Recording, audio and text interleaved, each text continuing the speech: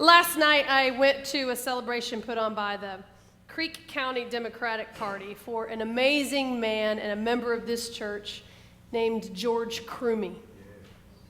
George was one of our Heritage Sunday participants the very first year we did that 2 years ago. So you may have been fortunate enough to have heard his life's odyssey in Emerson Hall.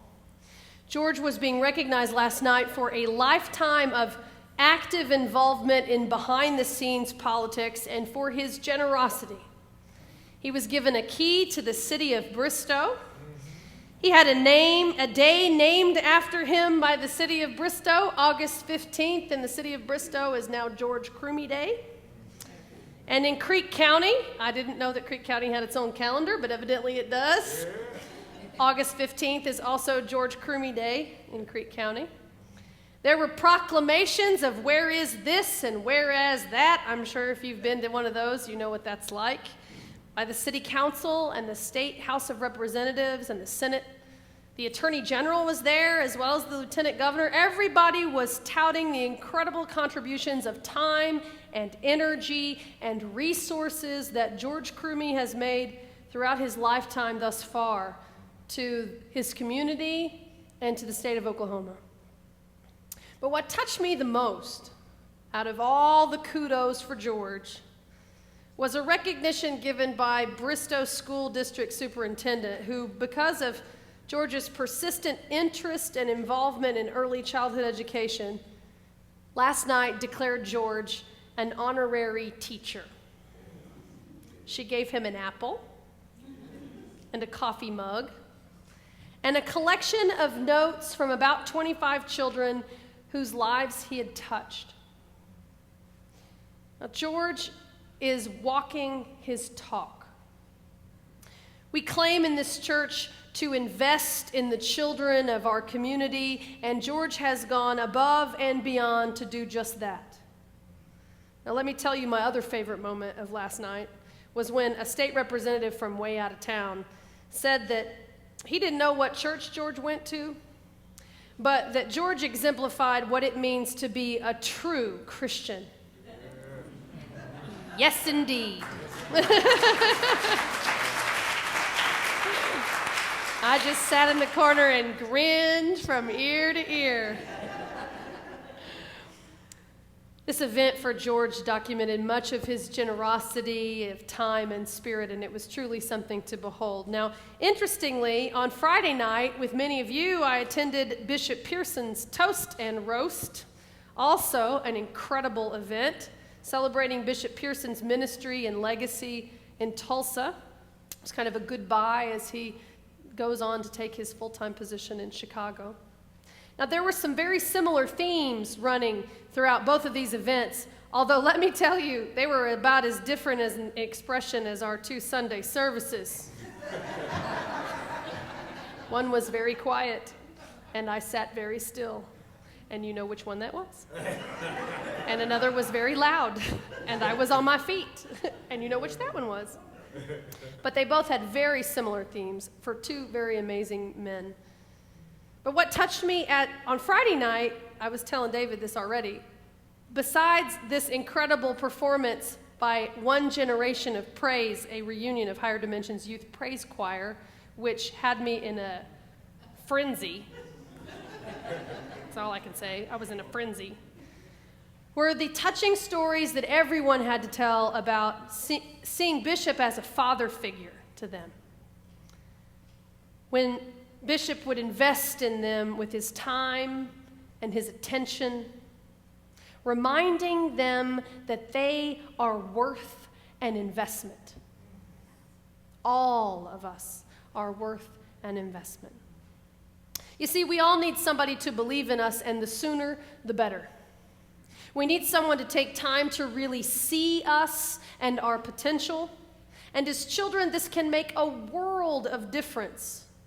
George Crumey and Bishop both understood this, that children are worth the investment of time, of money, and of attention. And I want to tell you that here in this church, you can find opportunities right here throughout all of our children's programming to remind our children that they are valued and they are special.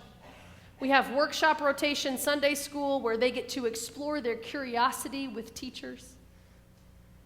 We have a coming of age program where they get to explore what it is that they believe. We have a Boston pilgrimage where they get to go learn about our heritage but bond together as a group and with the teachers. And we have Youth Sunday, and if you haven't seen a Youth Sunday, I tell you, bring your Kleenex box because you will cry from beginning to end. And then they have something called a Senior Spirit Quest, where after they've graduated from high school, they get to go out and take calculated risks with a group of people who adore them. So our kids are getting regular messages that they are important and that their opinions are valuable and that they are an important part of our future. Now, I don't know how many of you had that. We survived it though, didn't we? Yeah. Some children, however, are not so lucky. In the 1990s, Dr. James Heckman, who is an American economist and the Nobel laureate, he's also currently the Distinguished Service Professor of Economics at the University of Chicago. Now, he did a study looking to determine the largest gap between underprivileged children and privileged children. And what he discovered surprised me, and I think it'll surprise you too. What Dr. Heckman discovered is that the biggest difference in the lives of privileged and underprivileged children is not about race or background or money or food or education or opportunity, although these gaps are certainly there. So we're not fooling anyone. Those gaps are definitely there. But the largest gap that Dr. Heckman believes is there that creates a chasm between those children who succeed and those who do not is a gap of language. See, Dr. Heckman discovered that the divide between those who make it and those who don't is the sheer number of words spoken to each child. The children of professionals had heard 20 million more words than the children who were on welfare that he studied by the age of 3. 20 million more words by the age of 3.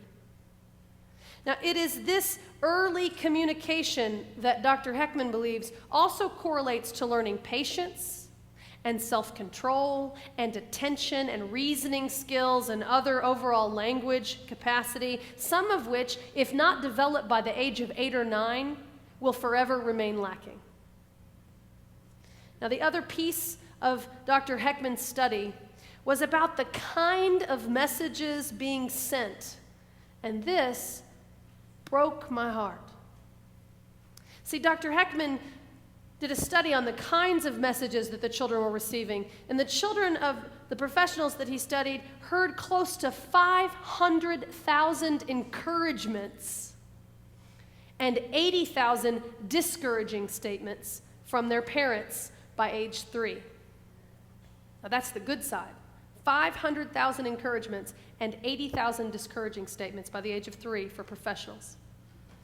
But those parents who are living in poverty in the study heard nearly, the children of those families heard nearly the exact opposite.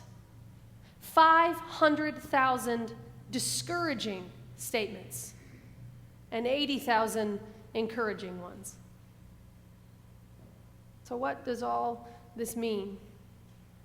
It means that language alone is important, that the kind of language is even more important. The message is important and can tremendously affect the outcome of a child's life. And we have that message to give. We do, here.